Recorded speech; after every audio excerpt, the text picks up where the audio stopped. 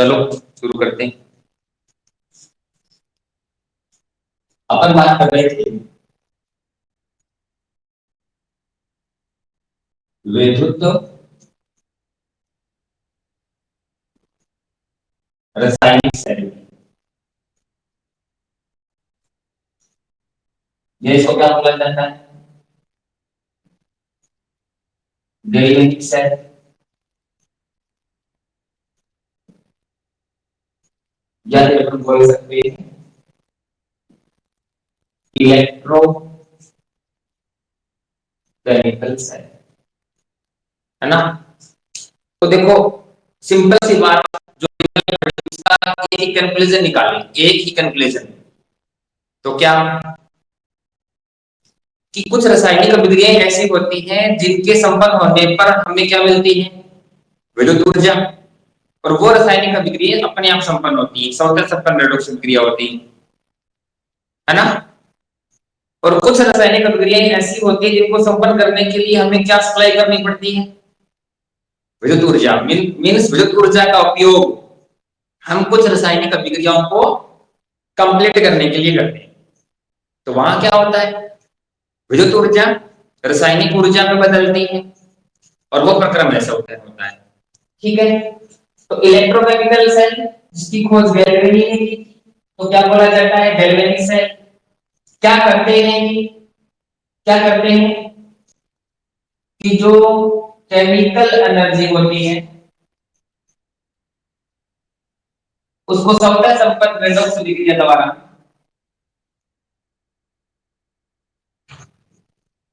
Electrical energy में change करते हैं। ठीक है ना। और इस प्रोसेस में जो केमिकल रिएक्शन होती है उसके लिए डेल जी नेगेटिव होता है। डेल जी नेगेटिव होता है, ये हमने पढ़ लिया था। अब इन सेलों के एग्जांपल, उदाहरण, तो डैनियल सेल, इसका सबसे अच्छा उदाहरण कौन सा है? Daniel cell. तो डैनियल सेल ये इलेक्ट्रोकेमिकल सेल है भाई, या क्या है वो? गैल्वेनिक सेल है। तो डैनियल सेल जो है, इसकी सबसे पहले अपन बात करते हैं बनावट की। कैसे बनता है ये? तो देखिए ध्यान से,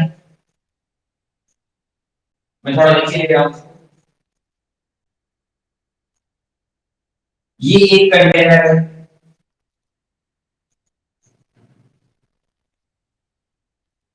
और ये इसके बगल में दूसरा कंटेनर है।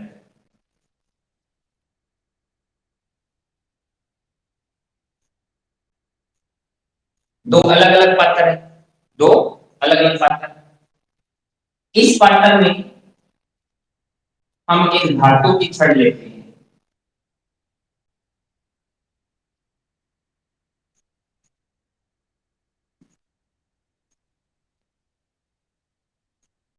धातु की छड़, और इस पात्र में भी हम एक धातु की छड़ लेते हैं। कौन से धातु की, उसकी बात नहीं करेंगे। धातु की बनी हुई छड़, और ये ऐसे धातु की छड़ होगी जो विलयन से विक्रिया करेगा, जो विलयन से अभिक्रिया करेगा।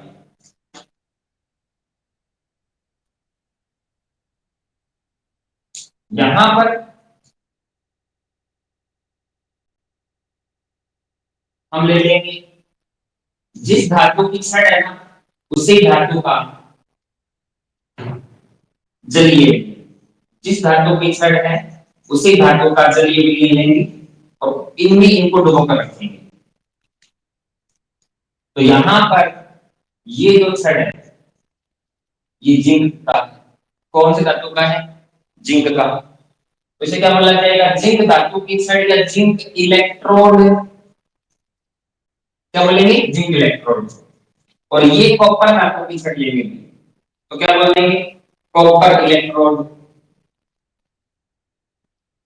ये कॉपर धातु की छड़ है, ये जिंक धातु की छड़ है, तो ये जिंक इलेक्ट्रोड, ये कॉपर इलेक्ट्रोड। और मैंने क्या कहा था? जिस धातु की छड़ है उसी धातु के, उसी धातु के लवण का जलीय विलयन। तो Z का जलीय विलयन, या यहां पर देखो धनायन कौन है? Zn2 पॉजिटिव आयन है, Zn2 पॉजिटिव आयन का Zn जिस धातु की छड़ है उसी धातु के लवण का जलीय विलयन तो यहां पर ले लेंगे कॉपर सल्फेट का जलीय विलयन, या यहां धातु आयन कौन से, तो Cu2 पॉजिटिव आयनों का जलीय विलयन। ठीक है, इस प्रकार से।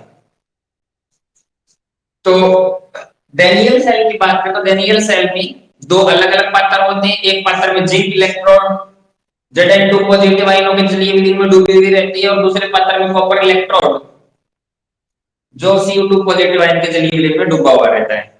ठीक है ना। अब देखो इसका जो बाह्य परिपथ है, इसका जो बाह्य परिपथ है, इसका संबंध एक तो करते हैं स्विच कुंजी से, एक कोई भी फिलामेंट लगा देंगे, जैसे बल्ब वगैरह लगा दिया, और इसका संबंध फिर दूसरी धातु के इलेक्ट्रोड से कर देंगे। तो ये चालक तार है कोई, जैसे एल्युमिनियम का ले लें या सिल्वर का। ठीक है ना। चालक तार का काम क्या है, परिपथ को पूरा करना, धारा प्रवाहित करना। तो यहां पर ये क्या है, स्विच है के कुंजी, और ये कुछ बल्ब का फिलामेंट है। ठीक है। अब देखो बाह्य परिपथ जो है वो हमने पूरा कर दिया इसका किसी धात्विक तार से। तो आंतरिक परिपथ तो पूरा नहीं हुआ ना, तो यहां हम क्या करेंगे वो देखिए,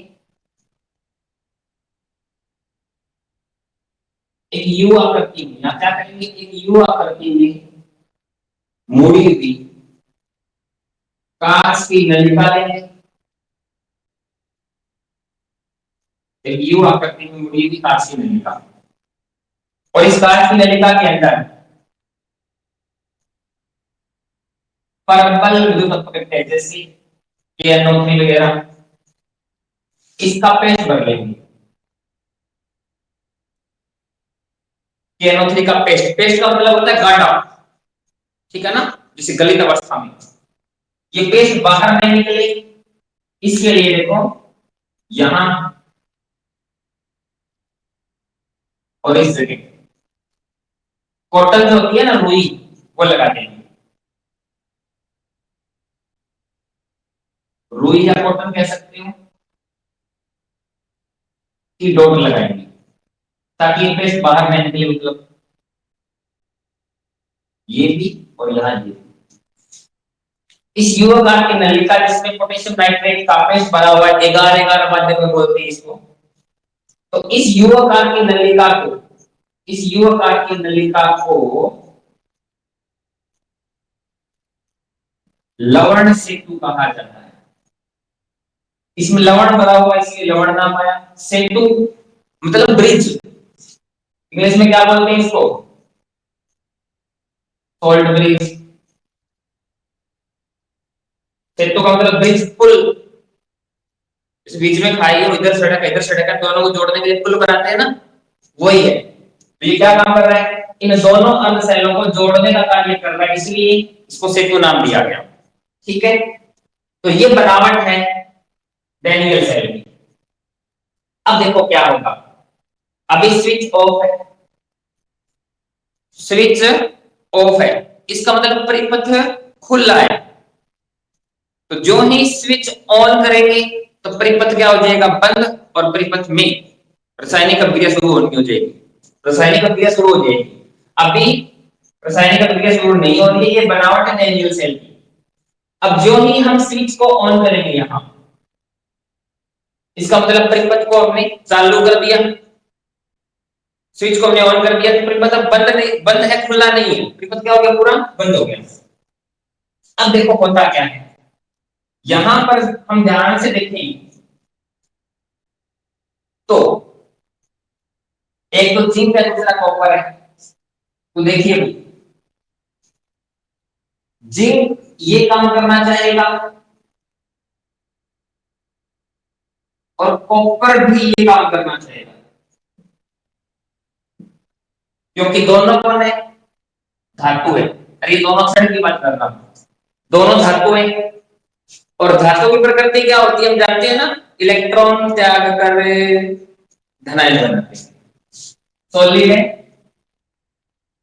एक्वस में जाना चाहेंगे बेटा, इलेक्ट्रॉन त्याग कर धनायन बनाना चाहते हैं, मीन्स कौन सी रिएक्शन, ऑक्सीडेशन रिएक्शन करना चाहते हैं, है ना। और जिनका ऑक्सीडेशन होता है वो ये है, जिनका ऑक्सीडेशन होता है उन्हें क्या बोला जाता है, अपचायक, रिड्यूसिंग एजेंट। तो सारे धातु क्या होते हैं भाई, अपचायक होते हैं। तो यहां पर दोनों ही काम करना चाहेंगे। तो देखो इस अर्धसैनिक की ऑक्सीकरण अभिक्रिया होगी तो जिंक वाले में, क्योंकि जिंक भी अपचायक है। और इस अर्धसैनिक में भी कौन सी क्रिया होनी चाहिए, ऑक्सीकरण, कॉपर भी तो अपचायक है। तो दोनों जगह जब ऑक्सीकरण होगा तो फिर अपचयन कहां से होगा, अरे ऑक्सीकरण और अपचयन एक दूसरे के साथ ही है ना, कभी भेदभाव नहीं करते, कभी ऑक्सीकरण हो रहा है तो उसी टाइम अपचयन भी तो होगा।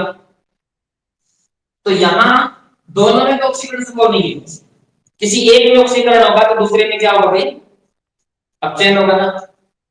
तो यहां पर जो ज्यादा अपचायक है, जो ज्यादा अपचायक है उसका तो क्या हो जाएगा, ऑक्सीकरण। और जो कम अपचायक है उसका क्या हो जाएगा, अपचयन। दोनों ही ऑक्सीकृत होना चाहते हैं क्योंकि दोनों अपचायक है, लेकिन जब एक का ऑक्सीकरण होगा तो दूसरे का तो अपचयन होना जरूरी है, बिल्कुल 100%। तो अपचायक क्षमता तो अलग अलग होती है ना, अपचायक क्षमता तो अलग अलग होती है। तो जो ज्यादा अपचायक है, जो अधिक अपचायक है उसका तो ऑक्सीकरण हो जाएगा, तो जो कम अपचायक है उसका फिर ऑक्सीकरण नहीं हो पाएगा, उसका क्या हो जाएगा भाई, उसका क्या हो जाएगा, अपचयन। तो देखिए यहां पर जिंक जो है वो ज्यादा अपचायक होता है कॉपर से। जिंक अपचायक क्षमता की दोनों की बात करेंगे तो अपचायक क्षमता इसकी जिंक की ज्यादा होती है, किससे, कॉपर से। इसका मतलब क्या हुआ कि जिंक का तो क्या होगा, ऑक्सीडेशन, ऑक्सीडेशन तो जिंक का होगा, मींस ये रिएक्शन तो होगी। तो इस सेल में क्या हुआ, इस वाले सेल के इस भाग में क्या होगा भाई, ऑक्सीडेशन होगा। ये पूरा सेल है, इस सेल का आधा भाग है, इस सेल में ऑक्सीडेशन होगा ना, क्योंकि जिंक ज्यादा अपचायक है, जिस तो ज्यादा अपचायक होता है उसका क्या होगा, ऑक्सीडेशन। तो इसको अपन हाफ ऑक्सीडेशन सेल बोल देंगे, अर्ध ऑक्सीकरण सेल, ठीक है ना। तो देखो, तो फिर जिंक का तो ऑक्सीकरण होगा तो फिर अपचयन किसका होगा, तो क्या अपचयन इसका हो सकता है, Cu का। Cu कभी इलेक्ट्रॉन ग्रहण कर सकता है क्या, कभी नहीं होगा। तो भी तो इधर देखें तो इस वाले में ऑक्सीकरण होगा, क्लियर हो गया। इस वाले में क्या होना चाहिए फिर, अपचयन। तो अपचयन या किसका होगा, क्या कॉपर का हो सकता है, क्या कॉपर का हो सकता है, क्या कभी धातु इलेक्ट्रॉन ग्रहण करता है, नहीं करता। तो विलयन में और कौन बड़ा है, देखो Cu2 पॉजिटिव। तो विलयन में प्रेजेंट जो Cu2 पॉजिटिव आयन है वो इलेक्ट्रॉन ग्रहण करके Cu में जा सकते हैं। एक्वस विलयन में present Cu2 positive ion electron ग्रहण करके कॉपर में जा सकते हैं, तो क्या बन सकता है, सॉलिड। तो मेरे ख्याल से ये वाली जो स्टोरी है ये समझ आ गई होगी, समझ में आ जानी चाहिए भी, यहाँ प्रॉब्लम नहीं होनी चाहिए। यहाँ प्रॉब्लम तो फिर दुनिया में प्रॉब्लम रहेंगी। ये हमने पढ़ा है कि इलेक्ट्रोकेमिकल सेल में रेडॉक्स रिएक्शन होती है ना। और केमिकल रिएक्शन होगी तो केमिकल एनर्जी चेंज होगी इलेक्ट्रिकल एनर्जी में, और इस प्रोसेस के दौरान स्वतः संपन्न रेडॉक्स अभिक्रिया होगी। रेडॉक्स का मतलब ऑक्सीकरण भी होगा और अपचयन भी होगा। तो दोनों धातु है, दोनों ही ऑक्सीकरण अभिक्रिया करना चाहते हैं, और जिनका ऑक्सीकरण होता है वो अपचयन। दोनों सेलों में ऑक्सीकरण हुआ तो फिर अपचयन कहां होगा, है ना। इसलिए ऑक्सीकरण उसी का होगा जो अधिक अपचायक होता है, जो ज्यादा अपचायक है उसी का ऑक्सीडेशन होगा। ज्यादा अपचायक कौन है, जिंक, तो जिंक का ऑक्सीडेशन होगा तो मींस ये रिएक्शन होगी, ये रिएक्शन होगी, और ये नहीं होने वाली, है ना। तो फिर अपचयन होगा यहाँ तो, और यहाँ अपचयन होगा तो किसका होगा, फिर Cu का तो हो नहीं सकता क्योंकि धातु को इलेक्ट्रॉन ग्रहण करता ही नहीं है। तो क्या होगा, विलयन में प्रेजेंट जो Cu2 पॉजिटिव आयन है उनका हो जाएगा। मींस इस सेल में क्या होने वाला है, इस सेल में अपचयन होने वाला है, तो इसे क्या बोल देंगे फिर, इस अर्ध सेल को हाफ रिडक्शन सेल बोल देंगे, अर्ध अपचयन सेल। और ये क्या हो गया, अर्ध ऑक्सीकरण सेल। और ये पूरा क्या हो गया, डेंड्रियल सेल। तो कैसा है, डेंड्रियल सेल। तो देखो जो ही परिपथ पूरा करेंगे तो क्या होगा, तो क्लियरली मैग्नीशियम क्या होगा, ध्यान से जिंक सॉलिड है, ये छड़ इसमें जाएगी, Zn2 पॉजिटिव इलेक्ट्रॉन निकलेंगे, तो ये क्या होगी, अर्ध ऑक्सीडेशन रिएक्शन, अर्ध ऑक्सीकरण अभिक्रिया। अर्ध क्यों बोल रहा हूं, क्योंकि पूरी अभिक्रिया तो क्या होगी, रेडॉक्स है ना। तो देखो यहां ये हुआ, और जहां ऑक्सीडेशन होता है, जहां ऑक्सीडेशन होता है उसे क्या बोलते हैं, जिस इलेक्ट्रोड पर ऑक्सीडेशन होता है उसे क्या बोलते हैं, कल बताया था, एनोड। क्या बोलते हैं, एनोड। तो देखो मैग्नीशियम का पहला step, reaction at anode, anode पर अभिक्रिया ये होगी, क्योंकि जहां ऑक्सीडेशन होता है ना उसे एनोड बोला जाता है। अब देखो जब ये रिएक्शन हुई तो हुआ क्या, मैं सारी बातें यहीं बता रहा हूं। जब परिपथ बंद था, जब परिपथ मतलब स्विच ऑफ था, परिपथ खुला था, ये कंडीशन। तो क्या था, देखो यहां पर इस कंडीशन में क्या था कि विलयन जो था वो उदासीन था, विलयन जो था वो उदासीन था, क्योंकि क्योंकि Zn2 पॉजिटिव आयन जितने थे उतने ही क्या थी, SO4 नेगेटिव आयन। शुरू में जब अभिक्रिया नहीं हो रही थी तो ZnSO4 था विलयन, उदासीन, बिल्कुल कोई चार्ज नहीं। बात को समझना, Zn2 पॉजिटिव आयन जितने थे उतने ही कौन से हैं, SO4 नेगेटिव आयन। लेकिन जो ही हमने स्विच को ऑन किया तो परिपथ बंद हो गया, तो अभिक्रिया शुरू हुई। इसमें क्या, कौन सी अभिक्रिया शुरू हुई वो देख लो। अब छड़ किसकी बनी, जिंक की, और ये किसमें आया, Zn2 पॉजिटिव। इस वाले अर्ध सेल में ये काम हो रहा है, तो जो जिंक ठोस छड़ है वो Zn2 पॉजिटिव में आ रही है, एक्वस रही।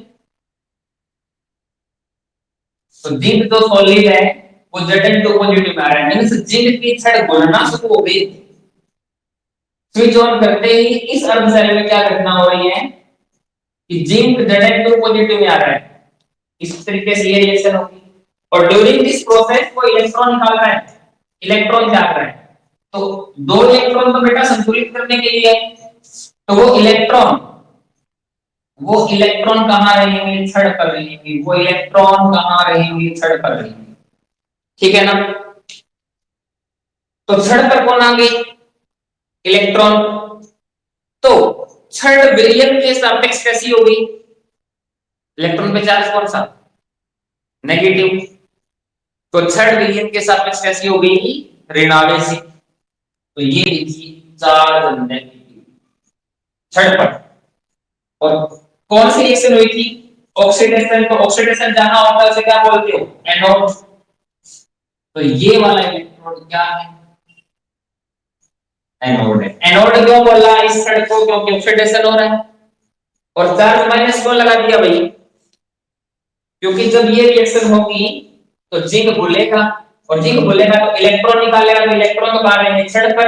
और Zn2 पॉजिटिव आयन कहां चले जाएंगे, Zn2 पॉजिटिव आयन कहां चले जाएंगे, विलयन में। तो विलयन में जो भी Zn2 पॉजिटिव आए, Zn2 पॉजिटिव आयन आए, तो पहले क्या था, दोनों बराबर थे। लेकिन अब क्या होगा, कौन से आयन ज्यादा हो गए, Zn2 पॉजिटिव आयनों की संख्या ज्यादा हो जाएगी SO4 नेगेटिव आयनों से। छड़ पे चार्ज नेगेटिव आया, और ऐसा हुआ जिंक घुला, तो विलियन पहले कैसा था, उदासीन, लेकिन अब ऐसा हो गया, कौन से आयन ज्यादा हो गए, Zn2 पॉजिटिव आयन ज्यादा हो गए, तो विलियन के सापेक्ष, तो विलियन के नहीं, तो छड़ के सापेक्ष विलियन की बात करें तो Zn2 पॉजिटिव आयन ज्यादा होते ही विलियन कैसा हो गया, धनावेशी। कैसा हो गया, धनावेशी, क्योंकि विलियन में Zn2 पॉजिटिव आयन आ गया। बात समझ में आ गई। तो यहां विलियन और छड़, जैसे एक पत्थर विलियन, उसमें ये छड़ तो चारों विलियन है, तो छड़ कैसी हो गई, ऋणावेशी, और वो विलियन कैसा हो गया, धनावेशी। तो आवेशों का पृथक्करण हो गया, विलियन के सापेक्ष छड़ हो गई ऋणावेशित और विलियन क्या हो गया, धनावेशित। तो आवेशों के पृथक्करण के कारण, जिस आवेशों के पृथक्करण के कारण जो इलेक्ट्रोड है, जो इलेक्ट्रोड है उसकी सरफेस पर, उसकी सरफेस पर अंतरापृष्ठ बोलते हैं। अंतरापृष्ठ उसको बोला जाता है कि वह सतह जो दो को अलग अलग कर रही हो। तो इस इलेक्ट्रोड की सतह, इस इलेक्ट्रोड की सतह को, इस इलेक्ट्रोड की सतह को क्या बोलेंगे, अंतरापृष्ठ। तो आवेशों के पृथक्करण के कारण अंतरापृष्ठ पर एक विभव उत्पन्न हो जाता है, अंतरापृष्ठ पर एक विभव उत्पन्न हो जाता है। उस विभव को इलेक्ट्रॉन विभव कहते हैं, उस विभव को इलेक्ट्रोड विभव कहते हैं, इलेक्ट्रोड विभव, इलेक्ट्रोड पोटेंशियल, राइट। तो सुनो, अब नई बात आ गई, क्या, इलेक्ट्रोड विभव। तो इसको पहले कर लें परिभाषित। तो जब किसी भी धातु की छड़ को, धातु कोई हो या जिंक है, किसी भी धातु की छड़ को उसी धातु के विलयन में डुबोया जाता है, तो आवेशों के पृथक्करण के कारण इलेक्ट्रोड की अंतरापृष्ठ पर एक विभव उत्पन्न हो जाता है, उसे क्या बोला जाता है, इलेक्ट्रोड विभव। इस अर्धशैल में क्या हुआ, ऑक्सीडेशन, ऑक्सीडेशन हुआ। तो ऑक्सीडेशन के कारण, ऑक्सीडेशन के कारण जो इलेक्ट्रोड विभव उत्पन्न होता है उसे ऑक्सीकरण इलेक्ट्रोड विभव कहते हैं, ऑक्सीडेशन इलेक्ट्रोड पोटेंशियल। ठीक है ना, देखो, या इसको क्या बोलेंगे, इलेक्ट्रोड विभव, या यूं कहते हैं, या इसको क्या बोल देंगे, ऑक्सीडेशन हुआ ना, तो इसे ऑक्सीकरण विभव कहते हैं, इलेक्ट्रोड विभव, इलेक्ट्रोड पोटेंशियल। या क्या हुआ यहाँ पे, ऑक्सीकरण हुआ, इसलिए इस इलेक्ट्रोड विभव को क्या बोल सकते हो, ऑक्सीकरण विभव, ऑक्सीडेशन पोटेंशियल। ठीक है, तो विलयन कैसा हो गया था, Zn2 पॉजिटिव आयन आने से विलयन जो है वो धनावेशित हो गया। तो ये सोल्ट ब्रिज क्या करेगा, सोल्ट ब्रिज क्या करेगा, इसका ध्यान रखना। विलयन कैसा हो गया है, धनावेशित, ध्यान रखना, इसको उदासीन करना है हमें, विलयन को क्या करना है, उदासीन। कैसे करना है, अभी आगे चलते हैं। इस अर्धशैल में तो ये कहानी होगी, ऑक्सीकरण हो गया, इसलिए एनोड, इलेक्ट्रॉन कहां रहे, छड़ पर, तो चार्ज कैसा आ गया, छड़ पर नेगेटिव, और जिंक खुला, तो विलयन कैसा हो गया, पॉजिटिवली चार्ज। और आवेशों के पृथक्करण के कारण जो विभव उत्पन्न हुआ उसे क्या बोल दिया आपने, इलेक्ट्रोड विभव। और क्योंकि ऑक्सीकरण के कारण ये विभव उत्पन्न हुआ, इसलिए इसी इलेक्ट्रोड विभव को अपन क्या बोलेंगे, ऑक्सीडेशन पोटेंशियल बोलेंगे। अब देखिए भाई, ये इलेक्ट्रॉन इधर आएंगे, कौन, इलेक्ट्रॉन इधर, इधर कौन आ रहे हैं, इलेक्ट्रॉन आ रहे हैं, ये। तो ये इलेक्ट्रॉनों की दिशा हो गई क्या, यहां इलेक्ट्रॉन है तो यहां से जाएंगे इधर, इधर जाएंगे, ये इलेक्ट्रॉनों की दिशा है, तो इसके बिल्कुल अपोजिट किसकी दिशा होगी, धारा की दिशा, I current. Common sense understood है कि इलेक्ट्रॉन और धारा की दिशा एक दूसरे के बिल्कुल विपरीत होती है। अब देखो नंबर 2 रिएक्शन देखते हैं, इधर कौन वेट कर रहा है बेसब्री से, मैंने कहा था ये वाला रिएक्शन होगी। तो विलयन में कौन से आए हैं, CO2 पॉजिटिव, जब परिपथ में धारा प्रवाहित नहीं हो रही थी उस टाइम यहाँ हालात क्या थे? CO2 पॉजिटिव आयनों की संख्या बराबर थी SO4 2 नेगेटिव आयनों की। विलयन कैसा था? उदासीन। इधर से कौन आ रहे हैं? इलेक्ट्रॉन्स। और इन इलेक्ट्रॉन्स का वेट बेसब्री से कौन कर रहा है? यहां पर जाएंगे CO2 पॉजिटिव आयन। क्या ग्रहण करेंगे? इलेक्ट्रॉन।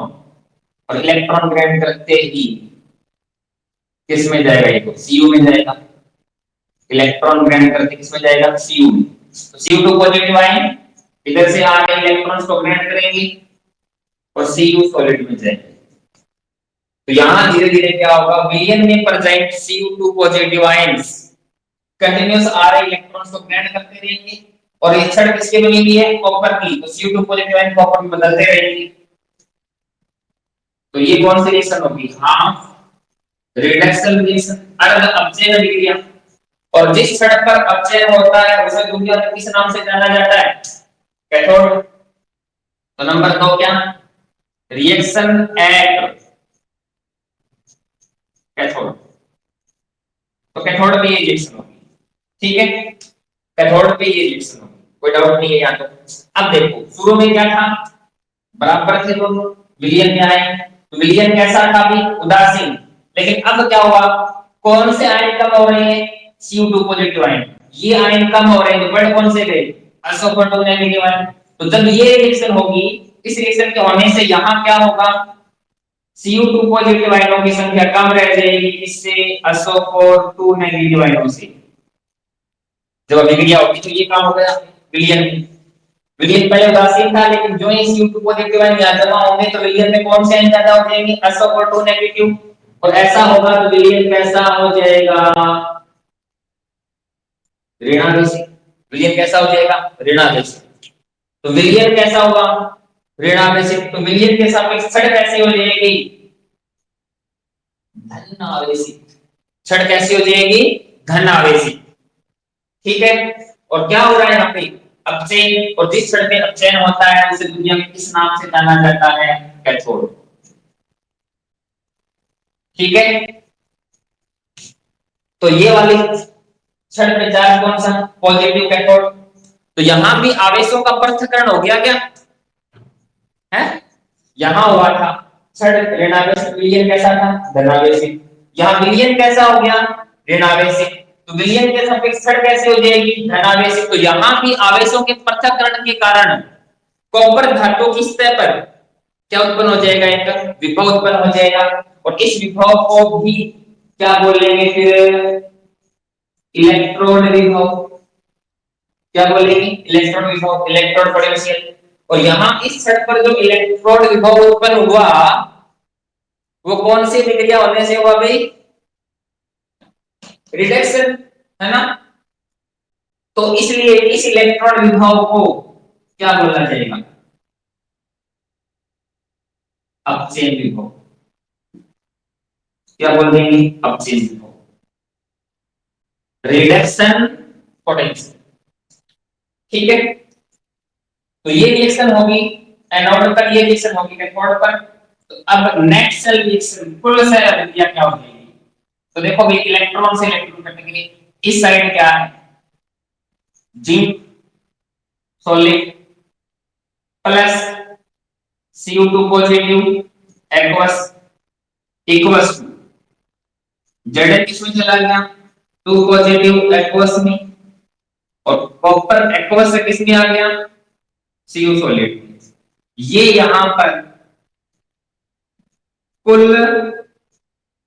सेल अभिक्रिया होगी। क्या होगी? कुल सेल अभिक्रिया, या इसे बोलते हैं नेट सेल रिएक्शन, कुल सेल अभिक्रिया। जो है क्या? एक रेडॉक्स अभिक्रिया। जो क्या है? एक रेडॉक्स अभिक्रिया है। तो यहां तक मेरे ख्याल से प्रॉब्लम नहीं होनी चाहिए। तो ये वही तो रिएक्शन है, कौन सी? कि CuSO4 का जलीय विलयन जो नीले रंग का होता है उसमें जिंक डालोगे तो ZnSO4 का जलीय विलयन बन जाएगा और Cu सॉलिड। बस मैंने क्या किया, यहां से SO4 2 नेगेटिव को हटाया तो चार्ज कौन सा आ गया? 2 पॉजिटिव। और यहाँ भी SO4 नेगेटिव का टाइम चार्ज कौन सा आ जाएगा, 2 पॉजिटिव, है ना। तो इस वाले रिएक्शन, ये वाला रिएक्शन ही तो हो रही है, ये वाला रिएक्शन ही तो हो रही है ना यहाँ, और ये तो सौता संपन्न होती है, तो इस रिएक्शन के लिए डेल G क्या होगा, नेगेटिव।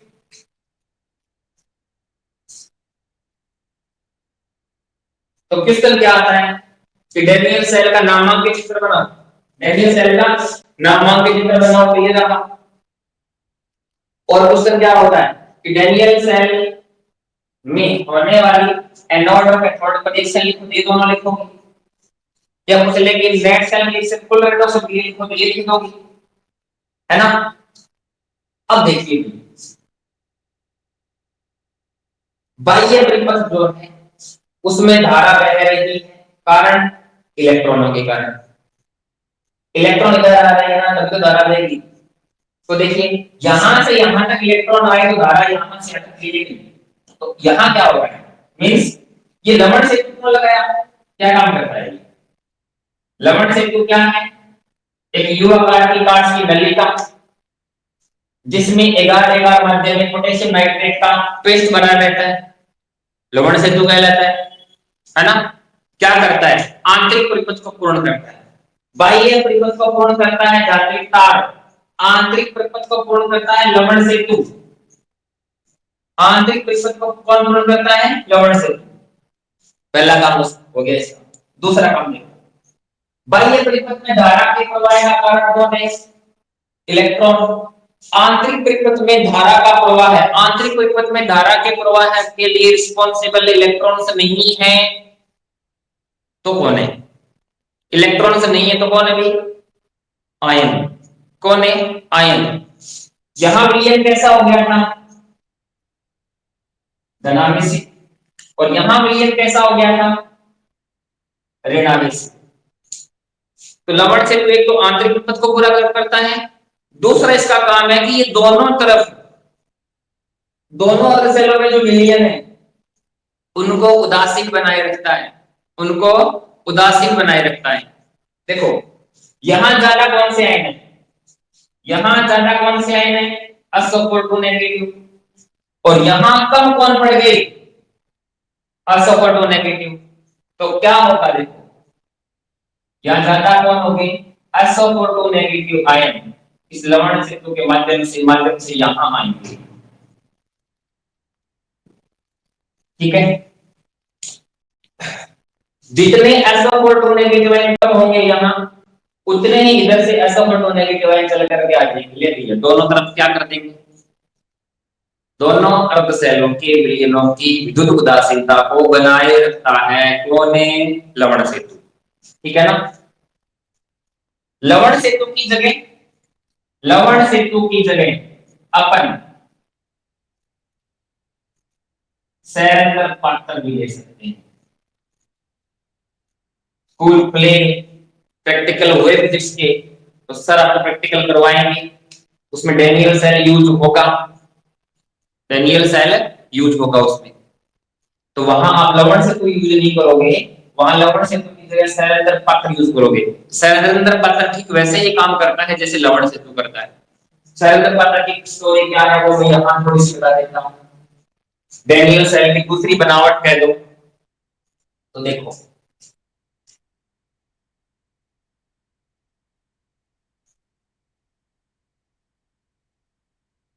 ये पात्र होगा कॉपर का,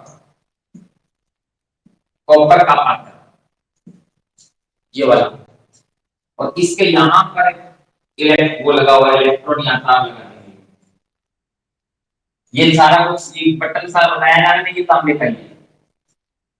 फिर एक बेलनाकार आकृति का, ऊपर से खुला और पेंडा जो बंद, बेलनाकार आकृति का सैरंध्र पत्र होता है, उस बेलनाकार आकृति के सैरंध्र पत्र को इसमें रखते हैं जो नीचे से बंद है, ठीक है। इतना भाग दिखेगा, पीछे वाला नहीं दिखेगा, सामने वाला दिखेगा, इस प्रकार से कैसे सैरंध्र पत्र हो, तो यहां पर ये जो है ये सैरंध्र, 1। इसमें भी, इसमें ना बिल्कुल सूक्ष्म छिद्र होते हैं जो दिखाई नहीं देते, सफेद कलर का होता है। इस सैलेंडर पात्र के अंदर, इस सैलेंडर पात्र के अंदर हम जिंक धातु की छड़ को रखते हैं। तो ये किसकी छड़ होगी? जर्डन की छड़। तो यहां पर विलीन किसका होगा? यहां पर विलीन किसका होगा? विलीन ZnSO4 का। वही बन गया ना, देखो जिंक की छड़ किसमें डूबी है? ZnSO4 में। ये पात्र किसका है? कॉपर का। तो ये पूरा पात्र ही काम करेगा इस छड़ की जगह, कॉपर की छड़ की जगह कॉपर का पात्र काम करेगा, ठीक है ना। और यहाँ जो विलयन है इस जगह, ये विलयन होता है फिर CuSO4। किसका होता है? CuSO4 का। तो कॉपर पे चार्ज प्लस, जिंक पर चार्ज माइनस, ये यूनिट होता है। ये भी डैनियल से है। अब जो दिख रहा है ना आपको, ये डैनियल से है। जिंक का पात्र ZnSO4 में, जिंक की छड़ ZnSO4 में, तो जिंक की छड़ ZnSO4 में, कॉपर की छड़ कॉपर सल्फेट में, तो कॉपर का पात्र कॉपर की छड़ हो गई और कॉपर सल्फेट का विलयन। दोनों को जोड़ने का कार्य सैलेंडर पात्र करना है, सैलेंडर पात्र करना है। तो यहाँ कौन से आयन ज्यादा होंगे? इस पात्र में, बाहर वाले पात्र में कौन से आयन ज्यादा होंगे? SO4 2 नेगेटिव आयन ज्यादा होंगे, जैसे यहाँ कौन से आयन कम होंगे? SO4 2 negative. SO4 2 negative ion यहाँ से यहाँ आ जाएंगे सैलेंडर पात्र में से होते हुए। बात वो की हुई, ठीक है। तो यहां तक मेरे ख्याल से कोई समस्या आपको नहीं होनी चाहिए। तो इलेक्ट्रॉन विभव किसको बोलते हैं? जब किसी धातु की छड़ को उसी धातु की लवण की विलयन में डुबोकर रखते हैं, तो विलयन के सापेक्ष छड़ क्या हो जाएगी? ऋणावेशित। यह विलयन के सापेक्ष छड़ क्या हो जाएगी? धनावेशित। और आवेशों के पृथक्करण के कारण, आवेशों के पृथक्करण के कारण दोनों की अंतरापक्ष पर जो विभव उत्पन्न होता है उसे क्या बोला जाता है? इलेक्ट्रॉन विभव। ऑक्सीकरण के कारण होगा तो उसे ऑक्सीकरण विभव बोल देंगे, अपचयन के कारण होगा तो उसे अपचयन विभव बोल देंगे, ठीक है। अब देखो, खांसी आई है मुझे, कोविड नहीं, कल की रिपोर्ट तो बाइट नेगेटिव है। तो अब देखते हैं इसको आगे बढ़ाकर।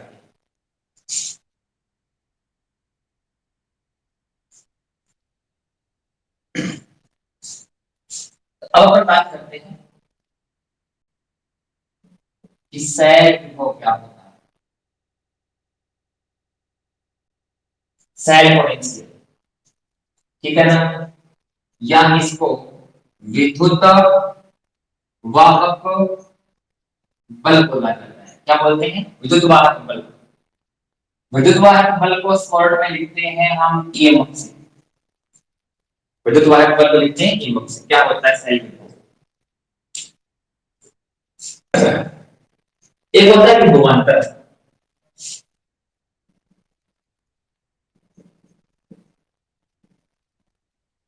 ये शब्द आपका सुना हुआ है, तो मैं इन दोनों को लेता हूं, सेल विभव वर्सेस विभवांतर। सेल विभव वर्सेस विभवांतर। तो पहले हम इसको कर ले परिभाषित।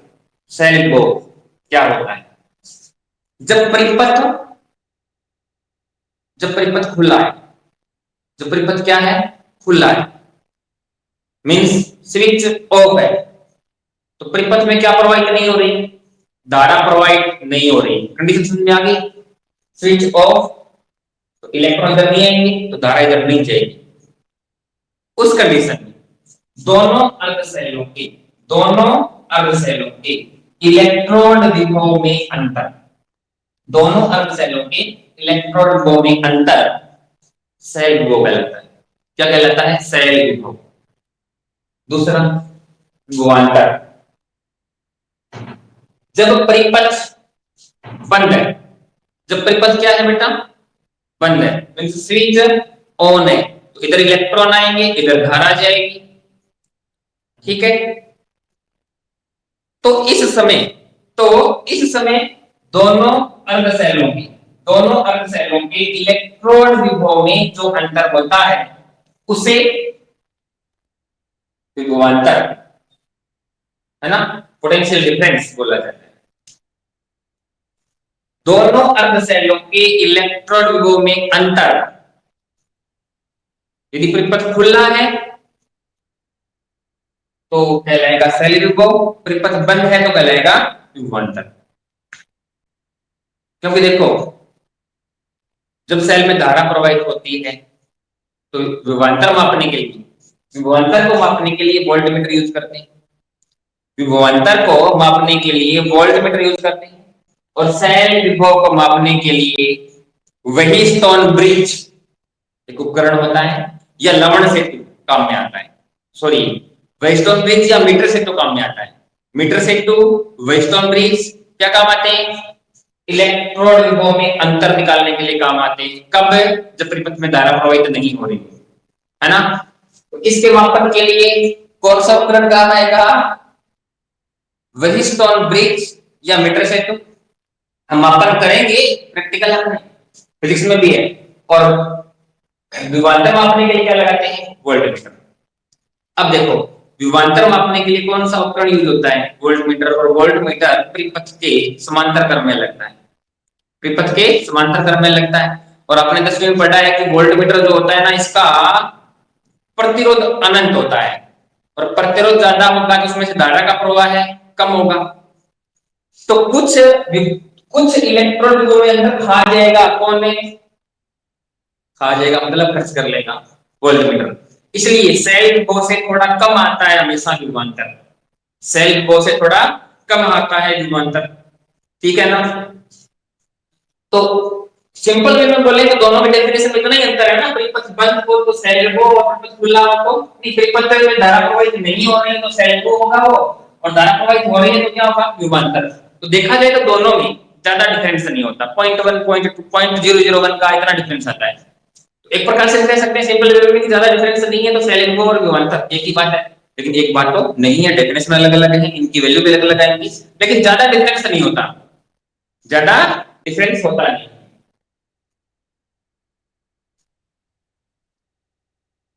तो सेल विभव क्या है? दोनों अर्धशैलों की इलेक्ट्रॉन विभव में अंतर, दोनों अर्धशैलों की इलेक्ट्रॉन विभव में अंतर जब धारा प्रवाहित नहीं हो रही है तो क्या कहलाता है? सेल विभव कहलाता है। और इसे इसे हम ई सेल से लिखते हैं। किसे लिखते हैं? ई सेल से। तो सेल विभव को ई सेल से लिखते हैं। डेफिनेशन क्या है? दोनों अर्धशैलों के इलेक्ट्रॉन विभव में अंतर, दोनों अर्धशैलों के इलेक्ट्रॉन विभव में अंतर ही तो है। अब देखिए, जहां ऑक्सीकरण हो रहा है उसे ऑक्सीकरण विभव बोलना है, और जहां अपचयन हो रहा है उसे अपचयन विभव बोलना है। अब जो बताने जा रहा हूं वो बहुत इंपॉर्टेंट है। ठंडे माइंड से, ध्यान से, जितना आपके पास दिमाग है वो सारा का सारा फोकस करो एक जगह, इकट्ठा करो उसको। ठीक है ना। अगल बगल में जो भी कुछ भी नहीं, यूं मानो कि आप भक्ति कर रहे हो एक प्रकार से, और बिल्कुल आराम से सीखना, समझ आ जाएगा अभी जो बता रहा हूं। ऑक्सीकरण विभव और अपचयन विभव एक दूसरे के बिल्कुल विपरीत होते हैं। ऑक्सीकरण विभव और अपचयन विभव एक दूसरे के बिल्कुल विपरीत होते हैं। जैसे जिंक का ऑक्सीकरण विभव, जिंक का ऑक्सीकरण विभव प्लस 0.76 वोल्ट है। तो जिंक का अपचयन विभव कितना होगा? मैंने कहा ऑक्सीकरण विभव और अपचयन विभव दोनों एक दूसरे के बिल्कुल विपरीत होते हैं। मैंने कहा कि जिंक का ऑक्सीकरण विभव प्लस 0.76 वोल्ट होगा। तो बता दो फिर जिंक का अपचयन विभव कितना होगा? करना कमेंट। मैं पानी पी लेता हूं।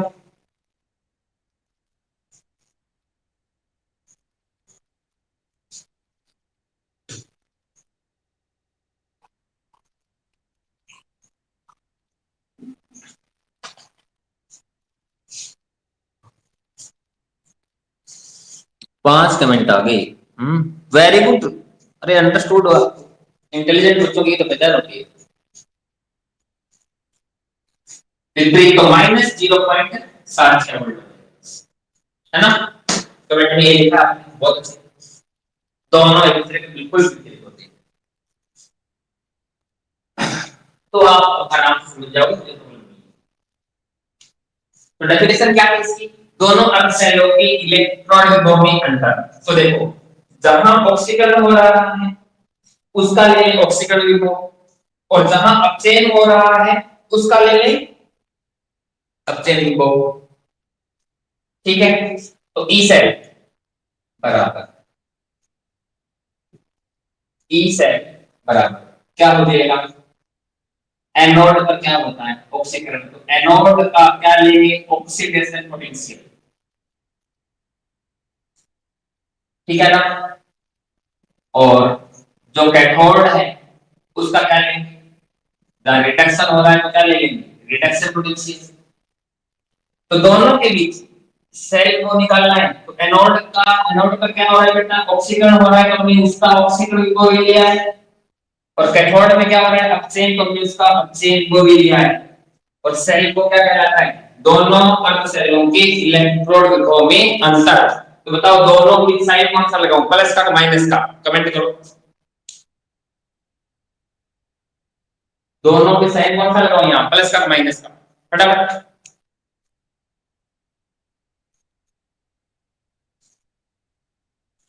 Comment comment comment. Minus minus minus minus. वो तो आपके ज्यादा है, लेकिन आप आंसर गलत है। ये देखिए, लगा झटका। करंट आया ना। साइन प्लस का कौन लग गया? समझ आ गया क्या? समझ आ गया तो यस सर लिखो, वरना नो सर लिखो। बहुत मजेदार टॉपिक है।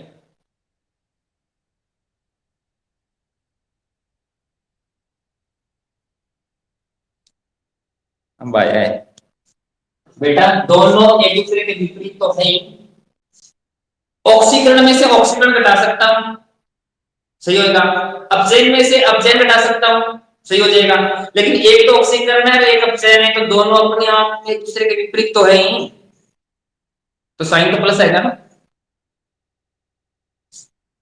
कभी मैंने लिखा था जिंक का ऑक्सीकरण मैंने लिखा था, और आपसे क्या पूछा था? अपचयन, तो आपने सही बता दिया था। तो यहां तो भाई सोचा था थोड़ा सा। तो सुनो, इसको शॉर्ट में लिखो दोबारा। E cell equals to oxidation potential किसका? एनोड का। और रिडक्शन पोटेंशियल किसका? कैथोड का।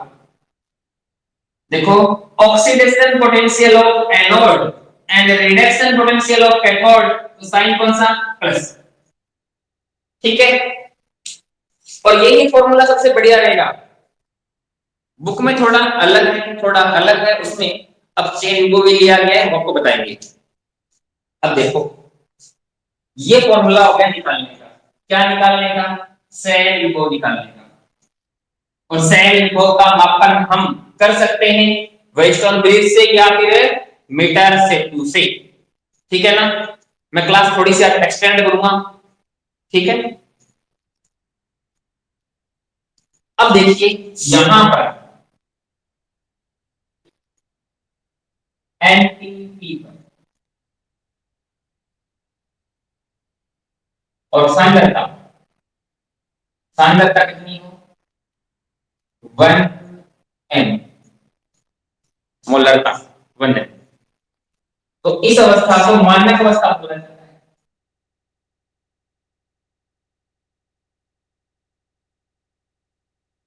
Normal temperature and pressure. तो प्रेशर कितना? देखो टेम्परेचर जैसे अपन ले ले 298 केल्विन, स्थिर हो गया 298 kelvin 25 degree centigrade. Pressure 1 atm। Pressure कितना भी? 1 atm। और सांद्रता कितनी? 1 m। तो तापमान रहेंगे अभी। लेकिन यहाँ पर Z2 को जो आने वाले जरिए के लिए है, या Z2 को जरिए के लिए है, इस विलयन की सांद्रता इकाई ले लो 1 m इकाई। यहाँ भी इसकी सांद्रता या फिर इसकी सांद्रता क्या ले लेंगे? इकाई 1 m।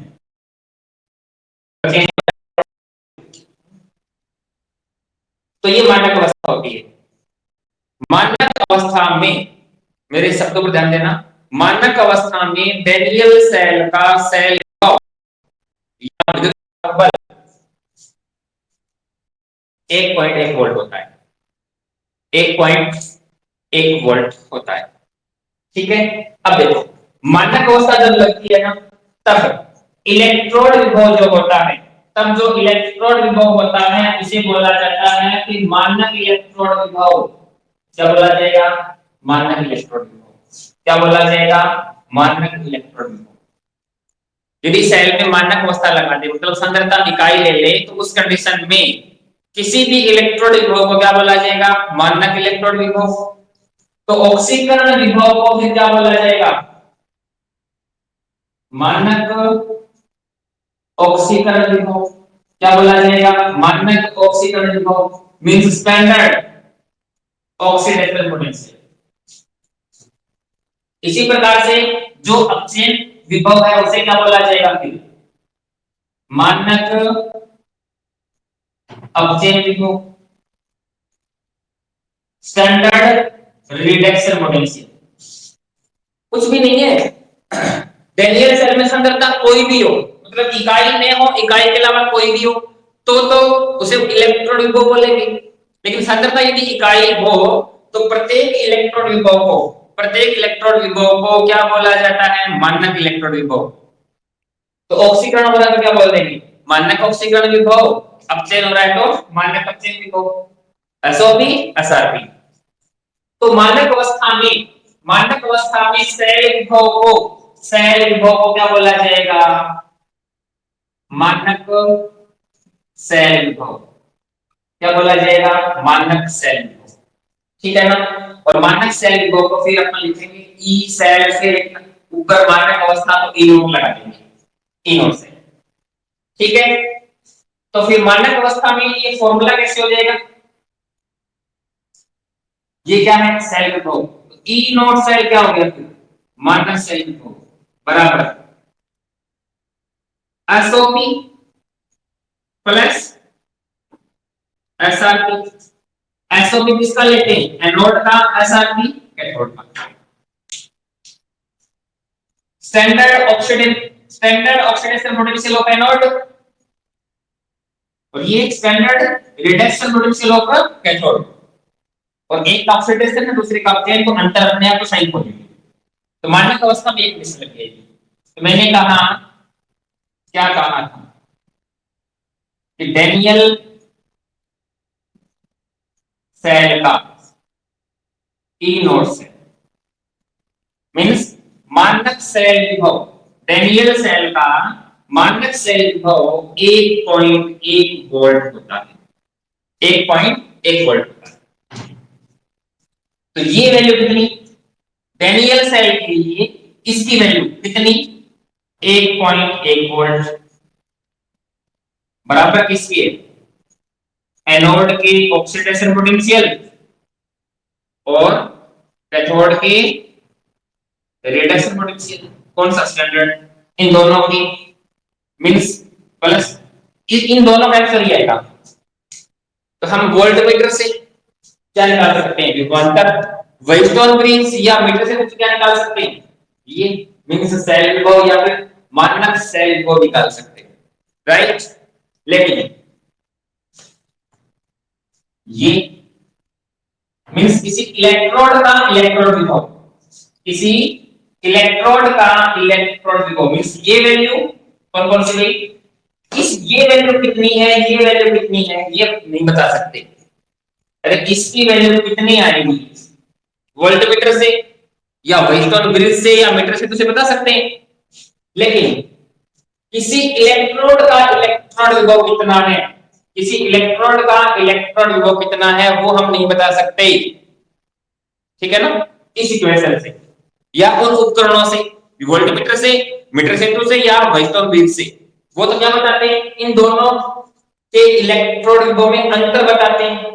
और ये अंतर हम बता सकते हैं वोल्टमीटर से, व्हीटस्टोन ब्रिज से, लेकिन प्रत्येक इलेक्ट्रोड का इलेक्ट्रोड विभव कितना है वो ये वैल्यू मीटर से टू या व्हीटस्टोन ब्रिज या वोल्टमीटर नहीं बताता है। ठीक है। अब देखो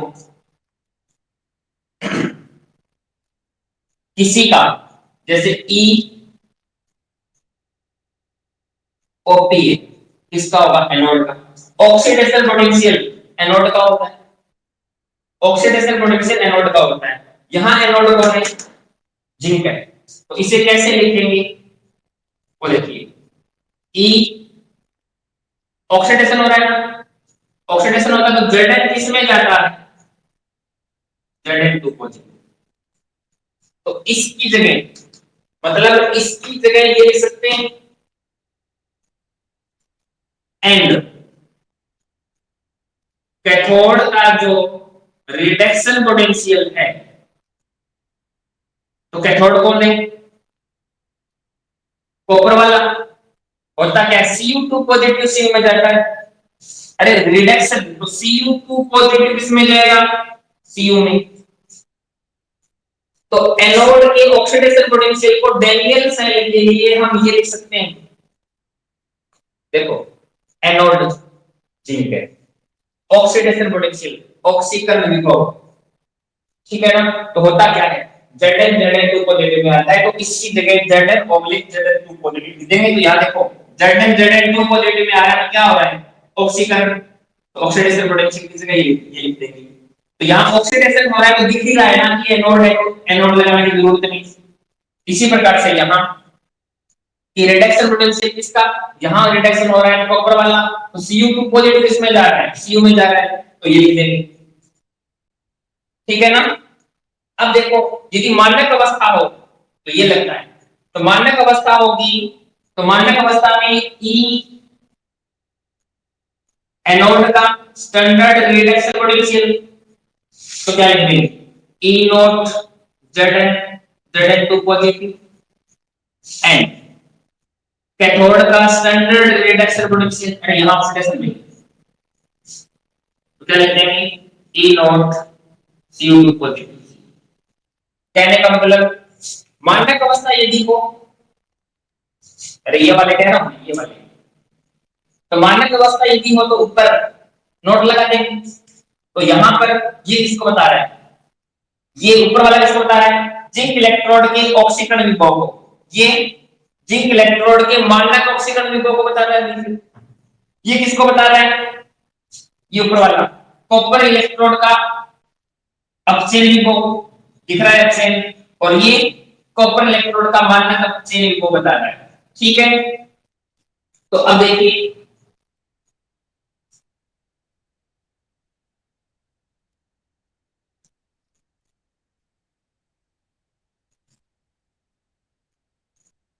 तो इस इक्वेशन की जगह हम क्या लिख सकते हैं, इसकी जगह डैनियल सेल के लिए ओनली,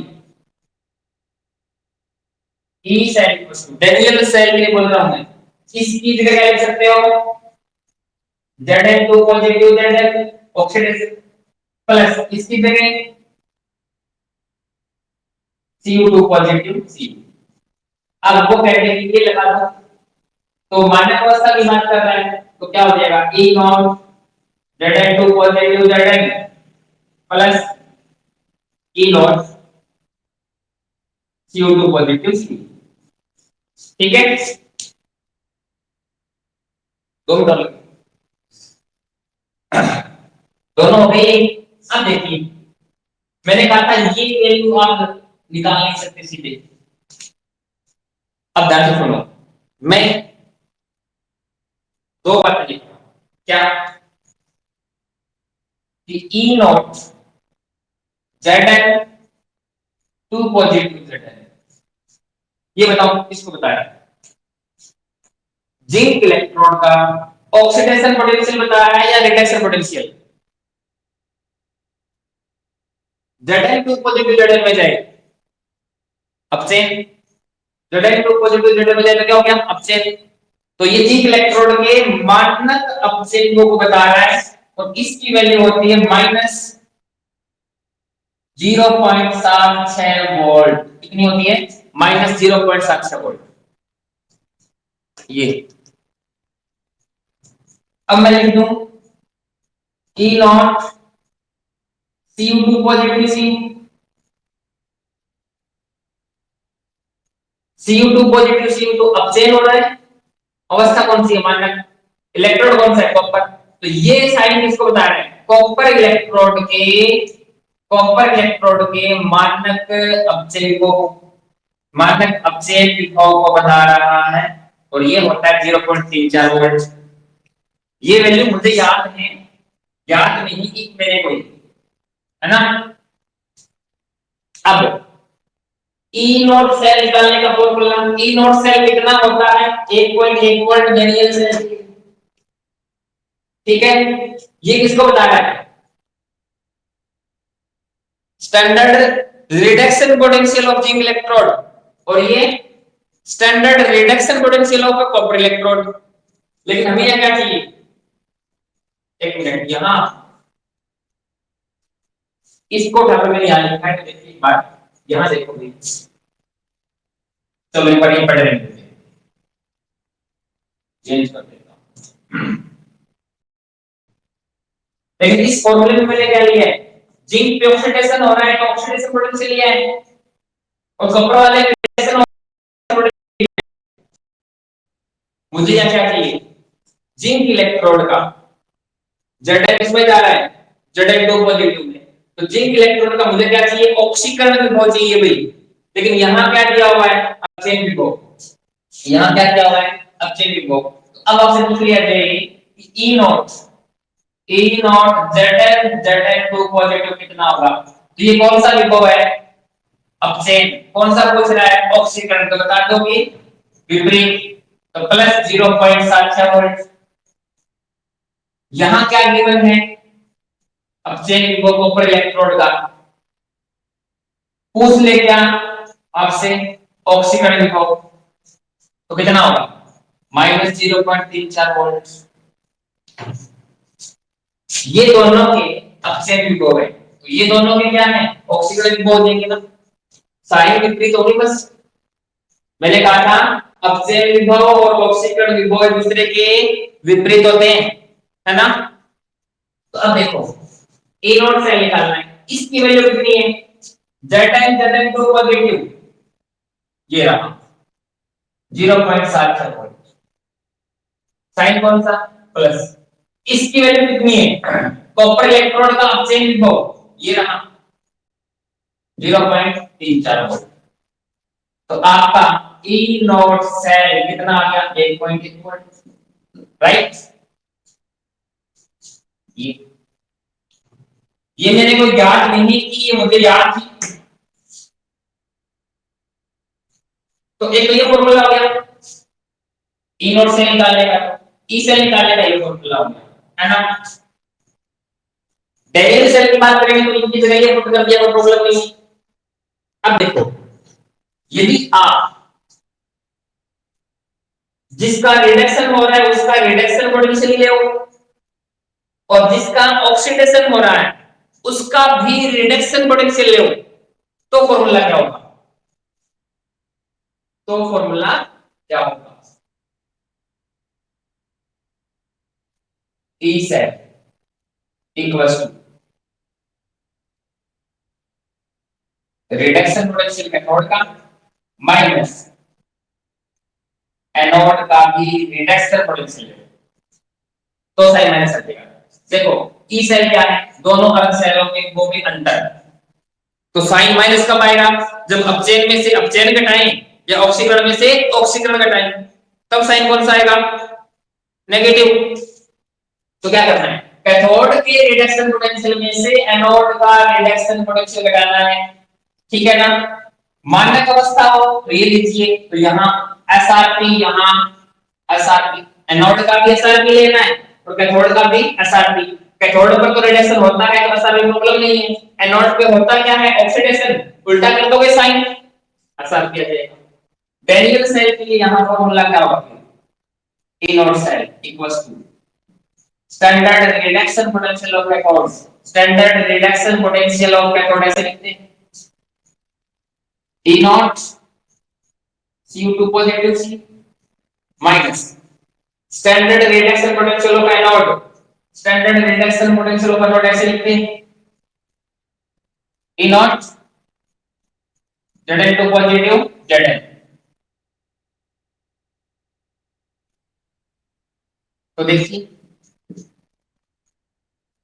क्या किया, कैथोड के स्टैंडर्ड रिडक्शन पोटेंशियल में से एनोड का स्टैंडर्ड रिडक्शन पोटेंशियल घटा रहे हैं, वही तो इसे कितना होता है ये देखो 0.34 वोल्ट, साइन कौन सा माइनस का, और ये कितना होता है माइनस 0.अच्छा वोल्ट, माइनस माइनस क्या हो जाएगा प्लस, इसका आंसर भी क्या आएगा 1.1 वोल्ट, है ना। तो मैंने क्या बता दिया, सेल विभव निकालना है, तो जिसका ऑक्सीकरण हो रहा है उसका क्या ले लो ऑक्सीकरण विभव, प्लस जिसका अपचयन हो रहा है उसका क्या ले लो अपचयन विभव, आ जाएगा सेल विभव। या यदि आप दोनों का ही अपचयन विभव ले रहे हो तो साइन कौन सा आएगा नेगेटिव, और क्या करना है कैथोड के रिडक्शन पोटेंशियल में से एनोड का रिडक्शन पोटेंशियल घटाना है, ठीक है। तो गैल्वेनिक सेल हेडिंग लिखी हुई है, उसके बाद बुक में पढ़ना, नोट्स में बना रहा हूं, कुछ तैयार हो गए तो आपको भेज दूंगा, ठीक है ना। और कोई प्रॉब्लम इस टॉपिक में हो पूछना हो तो मुझे पूछ लेना, ठीक है। और वो सॉलिड स्टेट में जो न्यूमेरिकल्स है वो चैट में आज लिख देना कौन कौन सी करवानी है, मैं कल करवा दूंगा उनको, कल की क्लास में, कल की क्लास में सॉलिड स्टेट न्यूमेरिकल करवाऊंगा, केवल वो जो आप मुझे टीचमेंट की चैट में रिमार्क करोगे वो करवाऊंगा अभी, ओके। Thank you.